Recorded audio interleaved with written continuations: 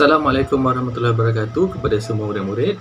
Apa khabar semua? Cikgu harap kamu semua berada dalam keadaan sihat dan gembira dan bersedia untuk menerima pembelajaran kita pada hari ini. Baik, apa yang kita nak belajar hari ni? Okey, hari ni kita nak menyatakan 4 sebab mengapa mentol tidak menyala. Jadi pada kelas yang lepas, cikgu dah terangkan bagaimana kita nak sambungkan komponen kita yang terdiri daripada sel kering, suis dan juga mentol supaya menjadi satu litar yang lengkap dan berfungsi dan boleh menyalakan mentol kita. Tetapi bila kadang-kadang kita dah pasang, dah sambung elok-elok, mentol kita masih tidak menyala. Okey, kita tengok ni. Ni. Wah, mentol saya menyala. Tapi kawan dia yang sebelah dia kata, mengapakah mentol saya tidak menyala? Okey, kita tengok 3 orang sahabat ni, dia memasang komponen menjadi satu litar yang sama. Tetapi cuma seorang saja mentol dia menyala. Yang lagi 2 orang ni mentolnya tidak menyala, sedangkan komponen yang digunakan sama. Okey, jadi dia pun tanya cikgu dia, mengapakah mentol saya juga tidak menyala, cikgu? Cikgu dia jawab, terdapat banyak kemungkinan punca mentol tidak menyala. Maksudnya terdapat pelbagai sebab yang perlu dipastikan untuk mengetahui mengapakah mentol kita tu tidak menyala. Jadi apa kita nak buat? Okey, yang pertama sekali, okey, kalau kita nak periksa, kita kena amalkan sebelum kita periksa balik semula litar kita ataupun peralatan elektrik yang lain. Kalau kita nak buat ujian ataupun kita nak periksa, kita kena putuskan sambungan litar. Jadi ini penting sebab nanti bila kamu dah dewasa, kamu akan periksa peralatan elektrik yang lagi besar kuasa dia. Jadi sebelum kita periksa, kita kena pasti masalah. Kita kena putuskan sambungan bekalan tenaga. Sebab bimbang nanti kalau kita tak putuskan, kita periksa cuit sana cuit sini, kita boleh terkena kejutan elektrik. Jadi kita amalkanlah daripada kita di sekolah rendah ni, setiap kali kita nak periksa peralatan elektrik, kita putuskan sambungan litar dia ataupun kita offkan. Kalau dalam gambar ni kita angkat suis, kita putuskan sambungan, maksudnya kita buka suis, barulah kita periksa satu persatu. Jadi apa yang kita nak periksa bila kita dah buat macam ni? Okey, yang pertama kita tengok periksa kedudukan sel kering. Okey, sel kering kalau dalam gambar tadi tu satu, mungkin kita tak perlu periksa lah kedudukan dia. Tapi kalau kita kena gunakan 2 ataupun lebih, kita kena periksa adakah sel kering tu disusun dengan betul. Okey, yang betul sebenarnya sepatut macam ni. Okey, sel kering kita ni ada bahagian positif, negatif. Bahagian yang ada tombol, itu bahagian positif. Yang rata di bawahnya, ini kita panggil bahagian negatif ataupun terminal negatif. Jadi bila kita ada 2 sel kering kita nak susun bersama, pastikan bahagian negatif sel kering pertama dia berjumpa dengan bahagian positif sel kering yang kedua macam ni. Okey, barulah kita kata ia disusun dengan betul. Maksudnya kalau kita tengok positif, negatif, negatif jumpa positif sel kering yang kedua, kemudian barulah negatif. Macam tu. Baik. Okey, yang dikatakan disambung tak betul, macam 2 contoh di bawah ni. Bahagian negatif dia jumpa bahagian negatif macam ni. Nampak? Yang rata berjumpa dengan yang rata. Yang itu tak betul. Okey? Ataupun bahagian positif dia jumpa juga bahagian positif, pun tak boleh juga. Okey?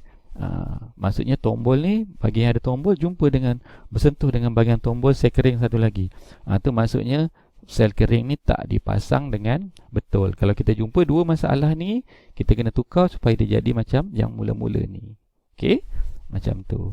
Okey, katakanlah kita dah pasang balik macam ni, dah jadi macam yang pertama, dah kita pasang susun sel kering yang betul, mentol kita masih juga tidak menyala. Apa kita kena buat? Kemungkinan sel kering tadi tu sudah kehabisan tenaga. Okey, macam handphone kita lah, bila dah tak ada tenaga, tak bolehlah dia berfungsi. Tapi macam mana kita nak pastikan sel kering kita ni memang dah habis tenaga? Sebab kita tak nampak kalau air dalam botol air kita tu, nampak air yang makin menyusut, makin berkurang kan? Ataupun kita pun tak boleh nak timbang dia. Sebab sel kering yang ada tenaga dengan yang tak ada tenaga kita tak nampak perbezaan dia punya berat dia. Dia berada di dalam sel kering ni tenaga dia, tapi kita tak nampak. Tapi macam mana kita nak tahu dia dah kehabisan tenaga belum? Baik, katakanlah kita ada macam tadi ni kan. Macam ni kawan kita ni. Mungkin kita boleh ambil sel kering kawan kita yang tengah ni, pasang pada litar kawan kita yang perempuan ni, yang mentol dia dah menyala tadi. Maksudnya memang tak ada masalah pada litar dia ni, semuanya berfungsi dengan baik. Jadi kita ambil sel kering yang kita punya, yang kita syaki mungkin kehabisan tenaga, kita masukkan dalam litar dia.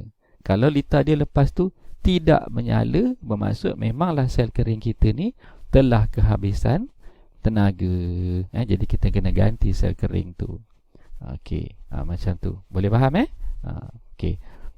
Tapi kalau kita dah pasang, kalau kita ada kawan sebelah kita yang ada litar. Kalau tak ada macam mana?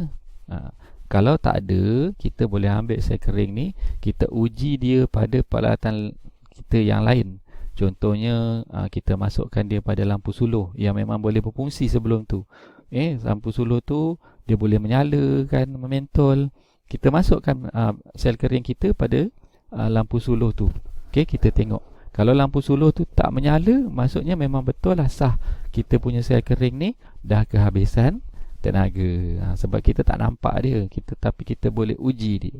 Okay, katakanlah kita dah tukar sel kering, kita rasa sel kering kita dah habis tenaga, kita ambil lah yang baru.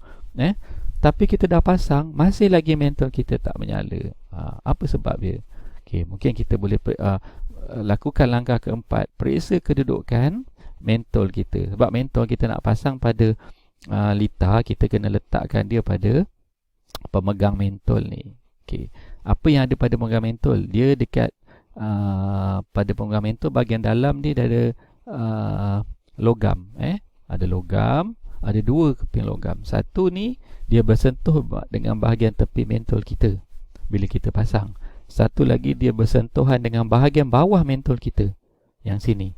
Jadi arus elektrik akan mengalir daripada sini, yang bahagian menyentuh bahagian bawah mentol ni, dia akan masuk ke dalam mentol, lalu pada dalam mentol ni filamen ni, kemudian lalu lagi dan menyentuh pada bahagian yang tepi dia, kemudian barulah dia pergi kepada kita punya sel kering balik semula. Jadi lengkap litar kita, barulah dia boleh menyala. Tapi kalau kita pasang dia tak betul, dia akan jadi macam ni. Bahagian bawah ni dia tak bersentuh dengan kepingan logam yang di bahagian bawah pemegang mentol ni. Jadi menyebabkan arus tu tak boleh sampailah pada mentol. Yang ini kita tak nampak sebab dia bahagian dalam, tapi kita boleh nampak mungkin mentol kita kelihatan sengit dan sebagainya, ataupun tak dikunci sampai sepatutnya. Dia tertinggi di atas ni. Jadi tu maksudnya kita kena periksa balik, adakah kita dah pasang mentol ni dengan betul. Yang ni maksudnya pemasangan mentol yang tak betul, arus tak boleh mengalir pada mentol. Okey, katakanlah kita dah pasang macam ni, tapi mentol kita masih lagi tak menyala. Jadi apa sebab dia? Mungkin kita boleh lakukan langkah yang kelima, iaitu periksa mentol. Kemungkinan mentol kita tu sudah terbakar macam ni. Apa tanda mentol terbakar? Kita dapati bahagian filamen dalam ni dia terputus, sama ada putus kat tengah atau putus dekat tepi, ataupun dia punya kaca tu kelihatan kehitaman, maksudnya pernah terbakar. Jadi mentol kita ni kita panggil telah terbakar. Kalau mentol tu elok, keadaan dia macam ni. Dia punya kaca tu masih lagi jernih dan dalam tu kita tak nampak putusnya. Okey, jadi kalau kita jumpa macam ni, kita kena tukarlah mentol kita tu. Jadi kat sini adalah 4 kemungkinan mentol kita tu, kenapa mentol kita tak menyala. Jadi dengan penerangan yang telah Puan Cikgu sampaikan itu tadi, maka diharapkan kamu dapat menguasai objektif pembelajaran kita pada hari ini dan dapat menjawab soalan-soalan dan juga menyempurnakan latihan-latihan ataupun tugasan yang telah pun cikgu berikan. Dan untuk itu cikgu ucapkan selamat belajar, jaga diri, jaga kesihatan, patuhi SOP pada setiap masa. Semoga kita akan berjumpa lagi pada sesi PDPR di masa yang akan datang. Assalamualaikum warahmatullahi wabarakatuh dan bye-bye.